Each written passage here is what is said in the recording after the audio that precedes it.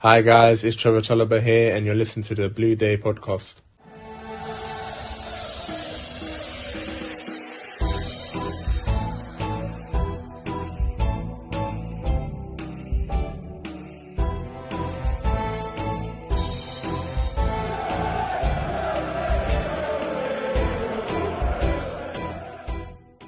Welcome back, my friends, to the show that never ends. Yes, folks, this is the Blue Day podcast, and for Chelsea fans everywhere, every day is a blue day.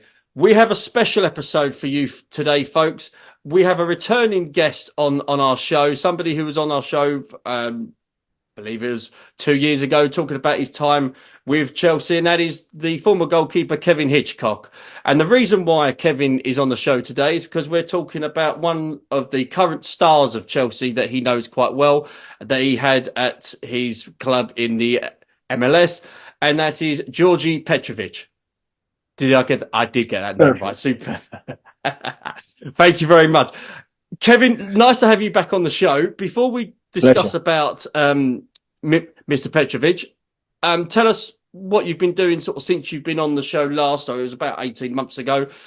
You're still down at New England Revolution goalkeeping? Yes, still in Boston. I came home for Christmas.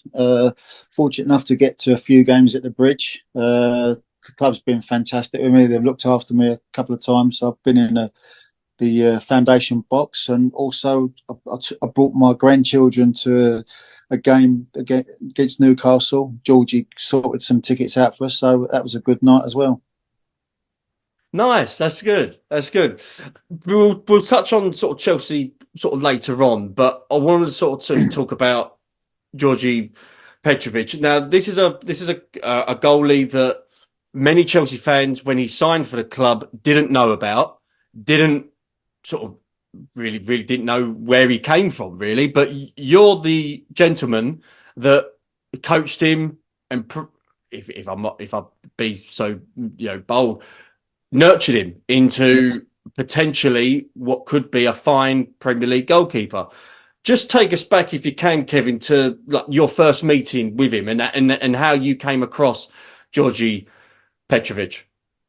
I first came across Georgie through one of the scouts at New England, Remy Roy, and he gave me a batch of goalkeepers to look at, and Georgie was the one who stood out by a country mile. There was so much in his game what I liked, and I told the club this is the goalkeeper I wanted to replace Matt Turner, because Matt Turner had left and gone to Arsenal in the Premier League, and we wanted a young goalkeeper. I think we paid $750,000 for him. The club looked after him. He came in pre-season, and it was fortunate that Matt was still there. Matt wasn't leaving till the June, so he had plenty of time to settle down and learn the ropes of MLS football. And we did some serious hard work for 4 or 5 months before he got his league debut. He improved massively, very, very quickly. He had all the attributes to be a top goalkeeper. We worked on certain things. I'm very old-fashioned. I like a goalkeeper who's very tidy with his hands, and Georgie was a little bit untidy, like typical European, where he parried a lot. But right. I got him into the habit of trying to catch as most he could. He had a great jump. He's got a great span with his arms. They're really wide, and he covers the goal. It's difficult to score past him because he works hard in the gym. He works hard on the field. He's got every attribute, and I said this before he went to Chelsea, to be a top class goalkeeper. What was the club that he came from? If you don't mind me asking. Serbia. I can't remember the name of the club. I haven't done my own work for this. So he came from a club in Serbia, and the agent who Georgie's with had a good relationship with our scout Remy, and that was one of the big pluses why he come, because Remy said, "You've just seen a goalkeeper come from New England who worked with Kevin. and we believe Djordje will follow in his footsteps. Wow. And that was one of the big reasons he came to the MLS, because he wanted to ply his trade in Europe, especially the Premier League. So what was it about him early on that you took to him? Was it with his stature? Was it a case of how he would be able to handle the ball, or did you see more about his potential future? All them things you said. He had a great physique. He had a fantastic attitude, and if you speak to him, you'll understand where I'm coming from here. Like, he's a really, really nice young man. And he, like I said, he worked very hard. He enjoys training, and he just wants to be the best he can be. And he has this calming influence on players as well. I mean, he doesn't get his feathers rustled at all. He just flows through games. In terms of him as a sort of a goalkeeper as well, how long did it take for him to get used to the style of the MLS, but also what the coach wanted from him? Because obviously he's a new guy coming over from another country, but also his relationship with the defence as well. The first bit of that was changing his technique, working with me. He tried really hard, and he would get caught in between catching and parrying with balls around his body, and he used to get really frustrated, and he would go away and swear in Serbian. So I know a lot of Serbian swear words now. But no, it takes time. He worked really, really hard, and I can remember we played him in a second team game before we put him into a first team game, and he was really, really nervous. I think they got beat 3 or 4-0. So it wasn't a grand start for him, but it was right. He was finding his feet, and these things take a lot of time. And by the time we played him in, we had a Open Cup game, and he played in that with a few of the second team players, not so much of the starters. And then 2 weeks later, like, it was time, he was ready, and Matt was leaving. So Matt was starting to be on the bench for Djordje, which was a bit strange, but he just, once he got in there, he never looked back. And he just, week on, he just grew into this goalkeeper who you knew was going to go places. And I can imagine once he got that spot, he didn't look back. And what was the reaction from the New England fans, but also from his teammates and the management about him? Because again, the new keeper coming in, because of Matt Turner's presence and what he had with the team, there must have been a lot of pressure on him. Yeah, by the way, he put that pressure on himself. No one else put any pressure on him at all. We thought he would take a long time to replace Matt, where people were saying, we miss Matt Turner. But from day one, it was Djordje was there, and the boys were so comfortable with him. The coach was so comfortable, and the supporters loved him. The supporters grew to him straight away. And that was a lot of credit to Matt Turner, because he helped nurture him when he first came as well, which was special. It was a good to see Matt with Djordje helping him along as well. And again, I was just going to say, in terms of what he did for the team, he obviously made you guys better, obviously from a defensive standpoint, because he was having standout performances that clubs that, when I was aware of him, was pretty much this time last year, when there were certain European clubs that were linked with him. Did that start to sort of get into his game a little bit when he realised that there was some interest in him from other clubs? yeah, going back to the first part of your question, Matt Turner did exactly the same. I mean, he made big saves every week to win us games. We went the season before where we broke the points record for the MLS, where we were so good. And that following season, that's when we lost. We lost three of our best players. We lost a centre forward. We went to Rennes, I think it was Rennes, Adam Buxer. And then we lost Tajon Buchanan, who has now just signed for Inter Milan. Right. From Club Brugge. Yes. Yeah. And Matt Turner. So there was three big players we lost. And it's not like the rest of the world in the States. The club doesn't get all the money which they receive, and they can't spend it because they have this salary cap. So it's a little bit difficult, and the team got punished for being successful. But like I say, like Matt Turner did the same, and when Djordje came in, it was like, well, wow, he was winning us games every week. And there's a analytical company out there who just do mainly goalkeepers, and someone give me all the data on Djordje, and he was voted top 5 keepers in the world after I think it was about 8 months. Wow. So that's where people get all their information from. So, our president is a mathematician genius, and he was big on one of the stats that Djordje made more saves, which should be goals, than any other goalkeeper. I see. So that was the big issue with, and then clubs were, word soon gets about that there's something special in New England. So that was when the interest started coming up. I think it was Nottingham Forest had the first interest, and they put a bid in. And to be honest, it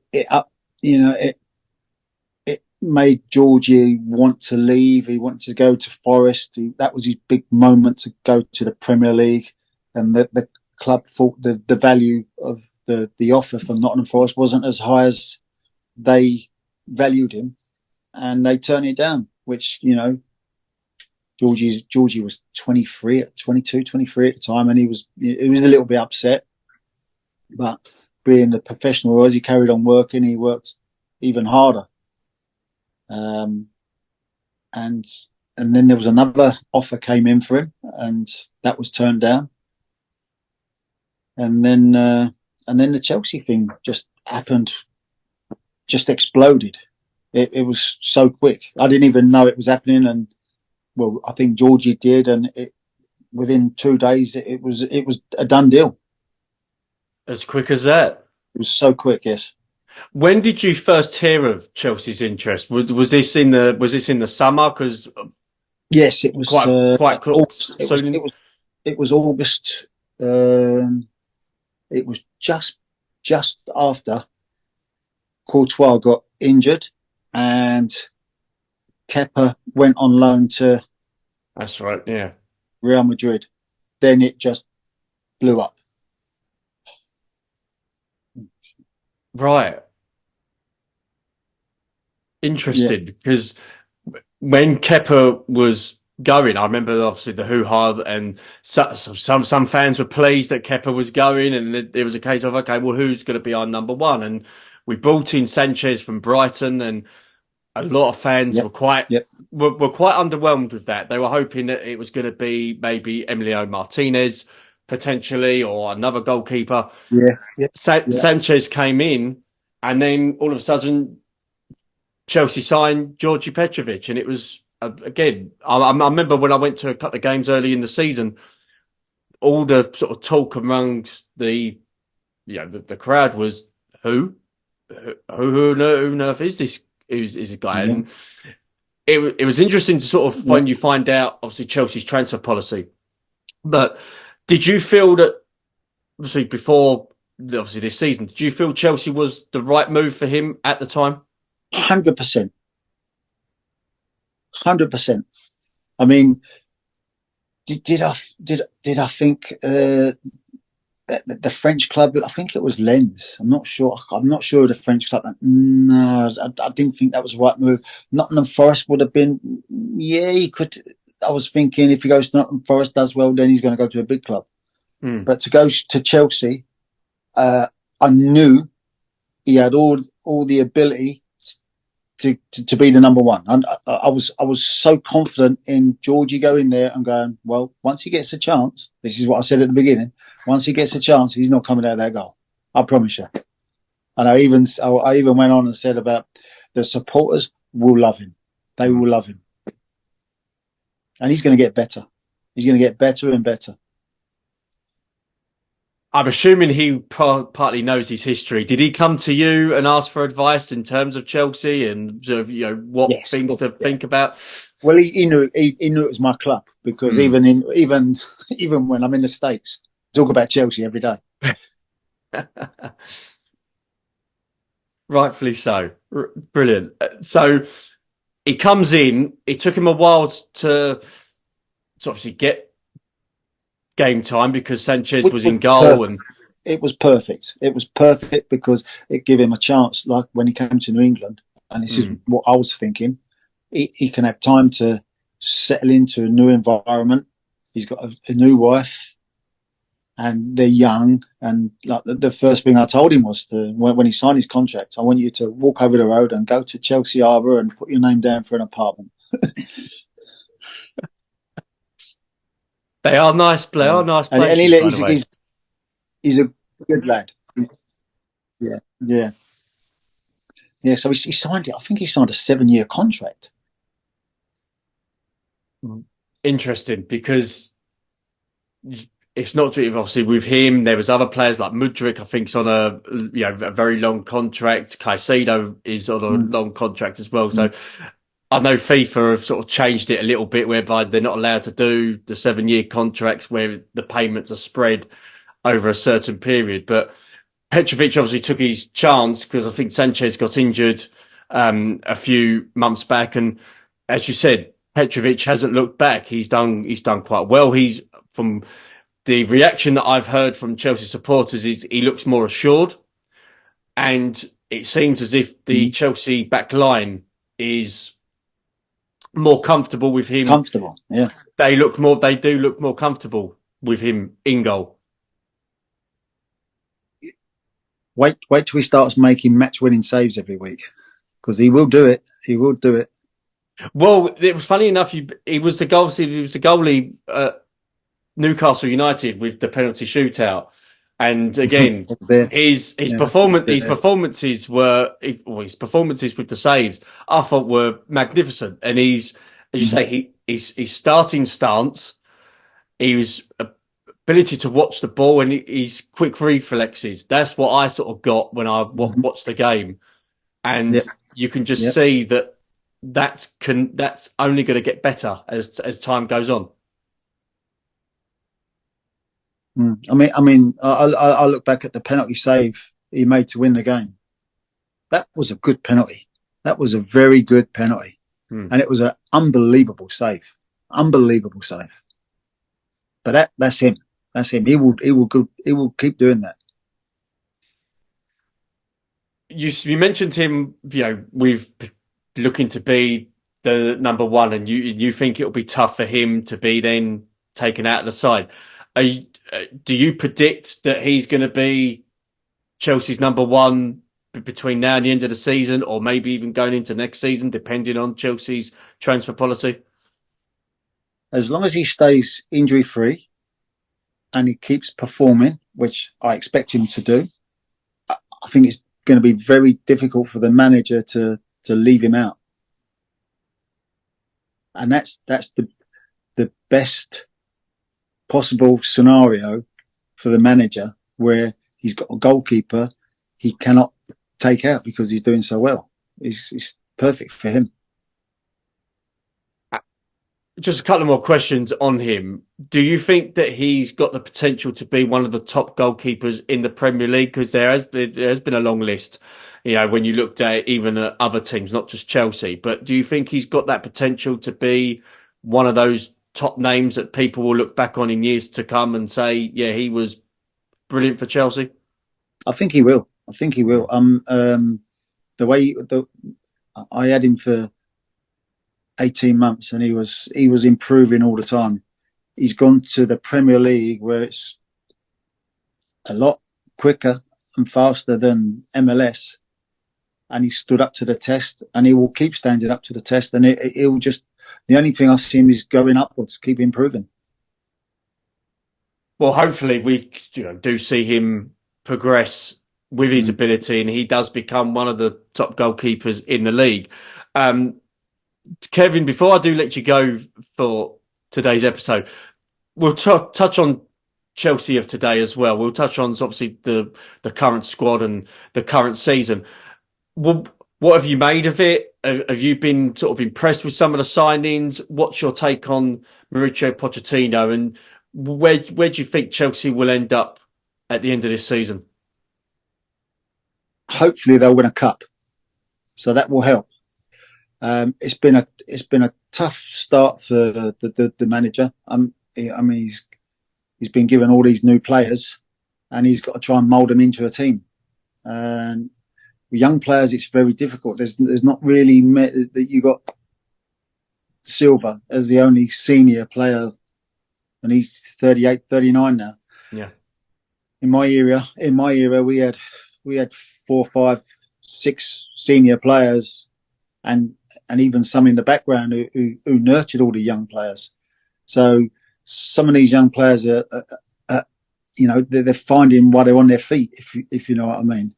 They're learning by their mistakes, and Chelsea's come such a long way from when I left that you haven't got the time to not be successful. The demands now are to be successful, so it's tough. And with Manchester City playing how they're playing at the moment, and then you've got Arsenal playing how they're playing, and Liverpool, and Chelsea have to get back to competing with those teams on a daily basis. Well, it'll be interesting sort of coming into the season. As you say, we've got the cup game against Middlesbrough next week.